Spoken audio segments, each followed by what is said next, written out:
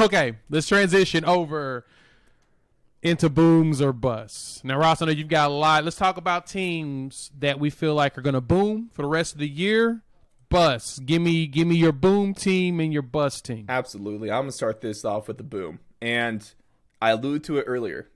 It's the Philadelphia Eagles. Because Nick Sirianni this team has been coming into its own recently. I mean, a big win over the Saints. They had that big win over the Broncos. Close game against the Chargers. Obviously, they blew out the Lions. And they had a 6-point loss to the Bucs. This is a good football team, and they've been progressively getting better as the season's gone by. Jalen Hurts is not lighting up a defense with his arm. He's doing well with his arm, but he's a freaking threat on the ground. It's impossible to bring this guy. And the Eagles team alone is a threat on the ground right now. They are second in the league in yards and yards per game for rushing. They're averaging 153.4. I believe their average over the last 4 games has been closer to 160. This team, they're only second to the Cleveland Browns, who have one of the best running back duos in the league when healthy in Chunt, as we like to call them. This Eagles team is a good team. Their defense is getting better. Their offense is getting better. They are looking like a complete team, and especially when you're playing in the NFC East, okay? So you're competing with the Giants, who they're out of the playoffs right now. The Washington football team, they have a chance. They're just out of the playoffs right now. The Dallas Cowboys are winning that division by a couple of games, but as we mentioned earlier, the rest of the season does not bode well for them. This Eagles team is a good football team, and they have the chance to be a 6th, 7th, hell, maybe in the 5th seed in that NFC. Who knows right now? They're a good football team. Okay. Luis? My boom is actually the 49ers. I actually feel like they're finally starting to that's a bold one. I like that. Turn things around a little bit after the nice 2-0 start. And then they sort of don't know what happened. Banged up Jimmy G, banged up Lance, banged up running back game. They had no running backs at one point. It was just all bad. So they look like they're starting to get it together, starting to get healthy, rocking with Jimmy G. Kittle's healthy. He was on IR for a few weeks, one of the best tight ends in the game. Ayuk is finally out of the doghouse finally, and they're starting to give him the ball, and he's going crazy. And Deebo Samuel, boy, Deebo is nice. Hey, Deebo, the most versatile player in the league. You can't notice how good Deebo is, man. So their offense, you got a game plan because they're going to run it. And they just have way too many guys to get it to. And then that defense is still studded out. Everyone knows they got Fred Warner out there just torturing things. Armstead's still on the line. I still think it's a great team. Off to a slow start to start the year, but they're going to start turning things around. They're looking good at 5-5 right now. Okay. My boom team. You like this, Luis. The Patriots. That team is gelling at the right time. They're on the upward trajectory. Mac Jones is doing what he's supposed to do. Complete passes, don't turn that thing over. That's it. Just keep the chains moving, and he's doing that part. The run game is exactly the way Belichick likes and Josh McDaniels likes when you have a young quarterback. If they've got a strong run game and Mac Jones is making as minimal mistakes as possible. But it's that defense. So, of course, everyone joked about how Belichick spent all that money in the offseason on players, something that he's never done before. And that's because Belichick's never had money to do it. If he had the money that he had this past offseason in years past, he would have definitely been spending the money. You know what I'm saying? He would have gladly bought in on free agents because what he does is when he finds the guys he wants, he trades for them, or he gives them extensions on his team. He's very consistent about doing that. He pays guys on the defensive side that he wants, and he does the two things that the Raiders and the Cowboys have always done great. Those three teams protect their quarterback, and they get yours. So they always got good defensive linemen, and they've always got solid offensive linemen. They always rated high in both. And that's the thing that Belichick has continued. And then getting Matthew Judon out there, who, even though he don't like mac and cheese, which is a little questionable to me, he's still a monster at hitting to get his mac and cheese back on the field. something I can thoroughly appreciate out of it. And then, of course, J.C. Jackson is another Stephon Gilmore, another diamond in the rough that's ridiculous that Belichick was able to find and build around. So I think the Patriots are going to be my boom team because even though they've got this tough slate, the Titans are reeling. They don't have any running backs. We don't know who's going to run the ball, and I do not trust Ryan Tannehill. I said it before the season started. I'm going to say it every week. I think that they will lose 5 to 6 games like they do every year, and they will get knocked out in the playoffs probably this year in the first round because the AFC is actually stronger than usual. Bust. Luis, we'll go backwards. Who's your bust? Who you think's going to go down, a downward trajectory? Now, don't give me the worst team. Don't give me the Lions. We know the Lions suck. Just going down and getting worse and only getting worse from here. And I'm sorry to LA fans. It's the Rams. You guys are in trouble. That's a bold I'm one. sorry. I'm sorry. That is two in a row and a bye week. You gave away all your picks for years to come. You only have a few like thirds and like a fifth here and there. Like there's nothing going on in the future. Robert Woods going down is huge because that's a team that he is huge in the blocking game. He does all sorts of all the little things for them. Now it's just double Cooper Kupp. Van Jefferson's been dropping a lot of balls. Jackson's out of there. What's going to happen with Odell? That's obviously going to be the big thing going forward. And you have an immediate playoff implication game against Green Bay. Winning this game does huge things for you in terms of seeding and trying to win your division. Because I believe they lost to the Cardinals a few weeks back, able to beat the Bucs. So you got some wins there, and then you just been beating up on some bad teams. Now you got to get it because you're gonna have Bucs, Cowboys. I wrote it down here. Bucs, Cowboys, Rams, and the Green Bay. Yeah, Rams, Green Bay, Cardinals, Cowboys, Bucs. One of those teams is out in the first week. Someone will be drawing. Only one of those teams gets a bye, and 2 of those teams will be playing. So someone's out of there. This could be the Rams' first-round matchup come playoff time. This is a huge, huge game for the Rams. Huge game. That's a good and if you point. lose I didn't this, think of it that way. It's going downhill.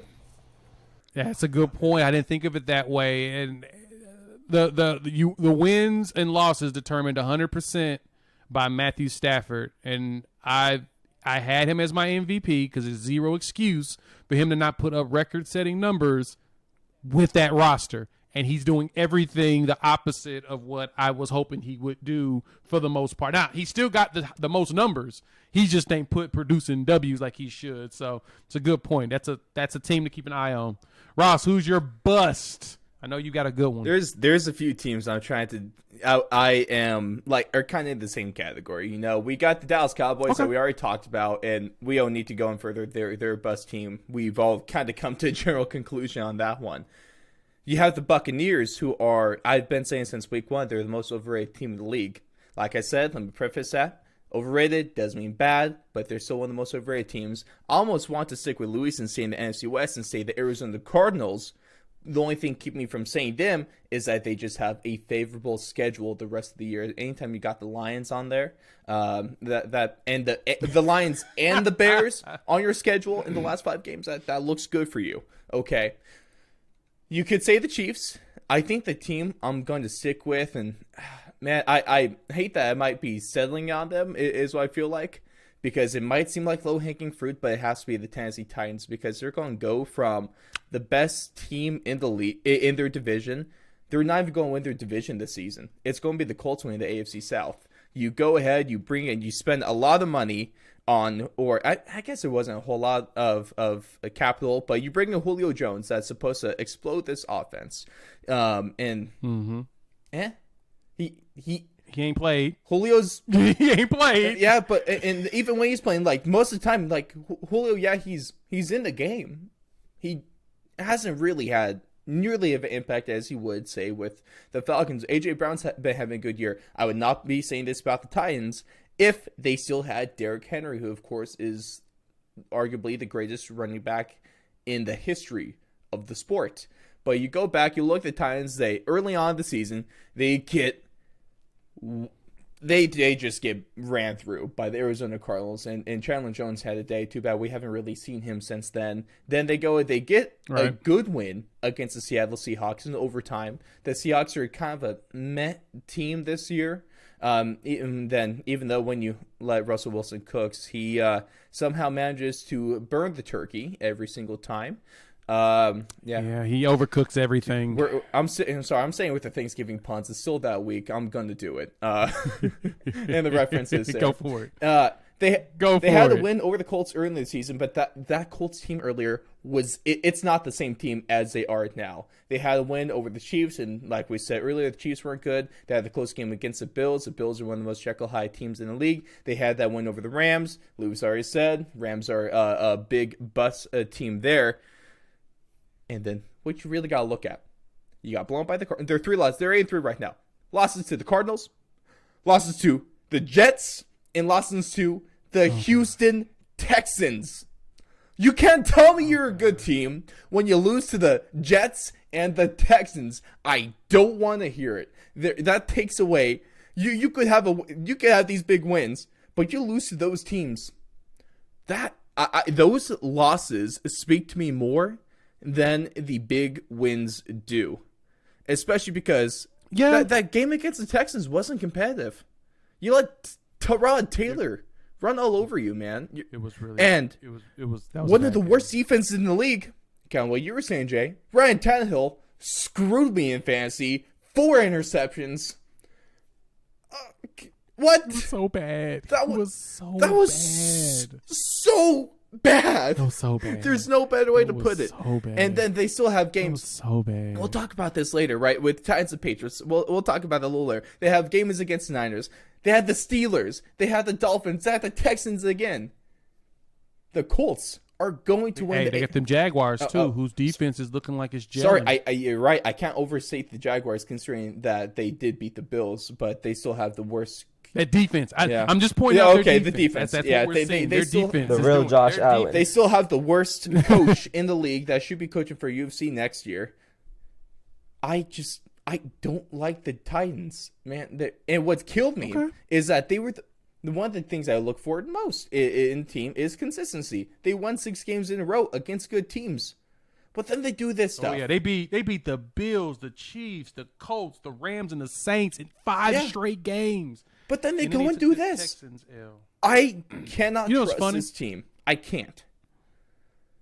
And I'm with you. It's funny. Beginning of the season when Julio got traded, we did a video, and it was probably the one video I got attacked the most by any fan base on our YouTube. You can look at the comments. It's probably like 300 comments in there. They were attacking me because I said that the Titans are not a Super Bowl contender just because they added Julio Jones. Like, he didn't change. Not bad take. That's not even a hot take. You're so right. No, they attacked the hell out of me on that. I was concerned about their defense because I don't know about Marcus Dupree coming off that injury, which he's proved me wrong. He's been solid, but I still don't trust Ryan Tannehill. It attacked me. Julio's played 6 games this season, and he's still on IR. I said that he's probably going to get hurt because he's older, and older players like him tend to stay hurt, especially because he only played 9 games last year. We're on track to do the exact same thing this year. So obviously I was not wrong there. But they've got, we'll talk about the Patriots game next, but they have a very favorable ending of their schedule, even though it's the Patriots, the 49ers, the Steelers, and I guess you could say the Jags defense. There's a good chance they could drop a few of those. Now, they beat the Colts twice, which is a good thing, but the Colts are now ascending, so we'll see how that goes. So for my bust team, I hate to say it, man, it's Dallas Cowboys. Yeah. They've lost 3 or 4. They've got nothing but divisional games left besides the Saints and Cardinals. There's a good chance they could, like you mentioned, Ross, earlier, the Eagles could take the conference, the division from them and go to the playoffs. I had the Cowboys going to the NFC Championship game, potentially. If not, at least the second round. They can't stay healthy, and they are playing so inconsistent. I don't even know what to think. Like, Zeke has been hurt most of the year, you can tell, and then he has a knee problem now. They've thought about resting him and not playing him, but they're not sure which one they're going to do. They keep going back and forth with it. Zach Martin's had moments where he looked good and moments where he was getting Dak killed. I don't know what's going on with that. The defense is way too aggressive. I typically love an aggressive defense, but aggressively, they're giving up yards they should not be doing, and they're giving up plays to people they shouldn't. So they've lost 3 or 4. They've got the Saints and then Washington twice with the Giants mixed in, which is a good thing. They're traveling up north, which might be a bad thing knowing them. But then Washington, the Cardinals, and then ending the season in Philadelphia, in which that's going to be the game. Like you mentioned, Ross, that's going to be the game to determine who wins the division. Dallas, I now am questioning if they even make the playoffs. Ooh. It's bad. I'm questioning if they make the playoffs. The NFC East, man. At this point. You win the division or you don't make the playoffs. Yeah. The sky is falling down in my eyes when it comes to the Cowboys after watching what they did, even hurt against the Raiders, because I feel like this is their narrative moving forward. This is their storyline. That as the season gets longer, everybody falls apart, and then the team falls apart with them. So. Also, Mike McCarthy just isn't a good coach. I can't disagree with that. I can't even disagree. I mean, I almost rather have Kellen Moore as a head coach at this point. And only got one. He had Aaron Rodgers for 10 years and got one Super Bowl out of it. That tells me enough about who you are as a coach. So.